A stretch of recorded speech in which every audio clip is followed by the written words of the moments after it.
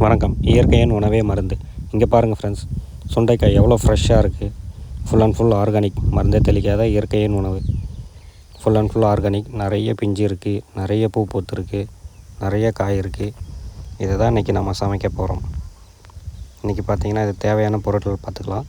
சுண்டைக்காய் நல்லா அலசி வச்சுக்கிட்டு, சின்ன வெங்காயம், புளி, 4 தக்காளி, 10 பல் பூண்டு, புளி நல்லா கரைச்சி வச்சுக்கலாம். இப்போ பார்த்திங்கன்னா எண்ணெய் ஊற்றியாச்சு, கடுகு போட்டாச்சு. கடுகு நல்லா பொரிஞ்சிடுச்சு. ஜீரகம், சோம்புலாம் போட்டாச்சு. சின்ன வெங்காயம் போட்டு நல்லா கலரி விட்டுக்கலாம். நல்லா ப்ரௌனாக ஆகணும் வெங்காயம் பார்த்திங்கன்னா, அப்போ தான் நல்லாயிருக்கும். இப்போ பாருங்கள், சின்ன வெங்காயம் நல்லா ப்ரௌனாக வதங்கிடுச்சு. இப்போ தக்காளி நல்லா புளிஞ்சு விட்டுக்கலாம். ஒரு 4 தக்காளி இருந்தாலே போதுமானது நமக்கு. நல்லா புளிஞ்சு விட்டு கலரி விட்டுக்கலாம். தக்காளியும் வெங்காயம் பார்த்திங்கன்னா நல்லா ஒரு குழப்பு தன்மை வரணும். அப்போ தான் குழம்பு நல்லா டேஸ்ட்டாக இருக்கும். நல்லா நசுக்கி விட்டுக்கிட்டு கலரி விட்டுக்கலாம். இப்போ பார்த்திங்கன்னா அந்த 10 பல் பூண்டு இருந்தது இல்லைங்களா, அதையும் சேர்த்துக்கலாம். சேர்த்துட்டு நல்லா கலரி விட்டுக்கலாம். வெங்காயம் தக்காளி நல்லா வதங்கட்டும். அதுக்குள்ளே பார்த்திங்கன்னா அந்த சுண்டைக்காயை மத்து வச்சு இது மாதிரி நல்லா இடித்து வச்சுப்போம். அப்போ தான் நல்லாயிருக்கும். பாருங்கள், வெங்காயம் தக்காளி நல்லா வதங்கிடுச்சு. இப்போது நசுக்கி வச்சு சுண்டைக்காய் எடுத்து ஆட் பண்ணிக்கலாம். சுண்டைக்காய் நசுக்குனாலே பார்த்திங்கன்னா விதை அதிகமாக இருக்கும். அது பாதி ஆட் பண்ணிக்கலாம். மிச்சம் அந்த பாத்திரத்தில் இருக்கிறத பார்த்திங்கன்னா அப்படியே விட்டுடலாம். அதெல்லாம் சேர்த்துக்க வேண்டாம்.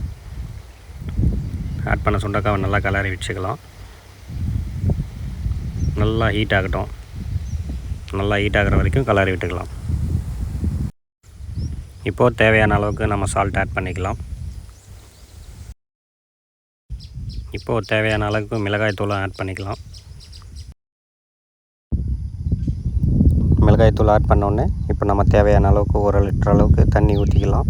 தண்ணி ஊற்றி நல்லா கலரி விட்டுக்கலாம். அப்புறம் பார்த்திங்கன்னா பெப்பர் சேர்த்துக்கலாம். பெப்பர் சேர்த்தா இன்னும் காரமாக நல்லாயிருக்கும் டேஸ்ட்டாக.